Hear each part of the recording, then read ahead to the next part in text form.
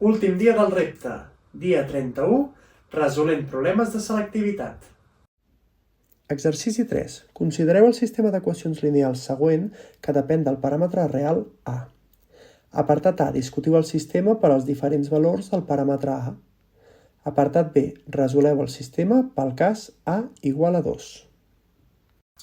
Comencem resolent el sistema d'equacions fent el determinant de la matriu de coeficients per veure en quins casos el sistema és determinat i per tant aquest determinant dona diferent de 0 i en quins casos no és determinat. Per fer el determinant multipliquem les diagonals, a quadrat, aquesta serà més 5 i aquesta, com que hi ha un 0, res. I ara li restem les altres diagonals. Aquesta dona 0, res, aquesta dona 7, per tant menys 7, i aquesta dona menys A. Si això ho arreglem, i ordenem, serà aquesta equació. Si la igualem a 0, veiem que els dos resultats és menys 1 i 2.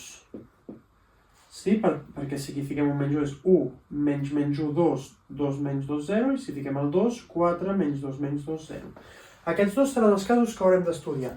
Per tant, podem dir que per A diferent de 1 i A diferent de, menys 1, el sistema és compatible determinat. Per què és determinat? Perquè aquests tres vectors seran independents i per tant voldran dir que van cap a direccions diferents i per tant que es tallaran en un punt. Sí? Per tant serà sistema compatible determinat. Bé, doncs, ara hem d'analitzar els diferents casos on el sistema no és un sistema compatible determinat. Comencem pel menys 1. El que farem serà el rang de la matriu de coeficients amb una de les columnes amb els coeficients independents. Veieu que l'hem col·locat aquí.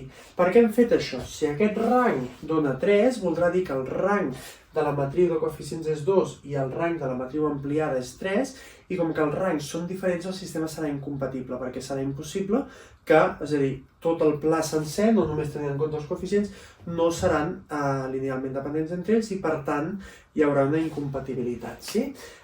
Fem doncs aquest determinant, que és senzill, multipliquem aquesta primera diagonal, és menys 2, veiem que aquí hi ha els zeros, per tant, els altres triangles de Sarrus, del teorema de Sarrus no es poden calcular, aquí la negativa tampoc, i finalment ficarem les altres dues, que seran més 14 i menys 3, perdó, això és un negatiu.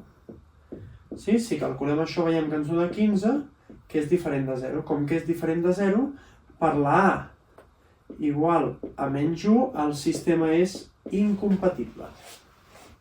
Fem doncs ara el mateix determinant, però amb la A igual a 2, per tant aquí hem ficat un 2 i un 2, i calculem quant dona. 2 per 2 per menys 2 és menys 8, aquests altres triangles, com que hi ha el 0, es tornen a eliminar, i ara el negatiu aquest també s'elimina, i aquest serà més 14, i aquest serà menys 6. Sí? Si veieu, això dona 0, i per tant podem dir que a A igual a 2 el sistema serà un sistema compatible indeterminat. I per tant, aquesta és l'anàlisi d'aquest sistema amb el valor d'A.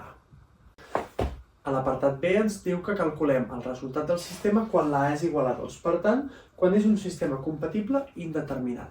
Que sigui compatible indeterminat vol dir que de les tres equacions una depèn, és a dir, una és es pot crear a partir de les altres dues. Per tant, per resoldre aquest sistema, realment podem utilitzar dues de les equacions del sistema. I per tant, diguéssim que generarem un sistema on només hi hagi dues de les equacions, podeu triar les que vulgueu, i, evidentment, a la A posarem un 2. Per resoldre aquest sistema el que hem de fer és crear una altra solució, una altra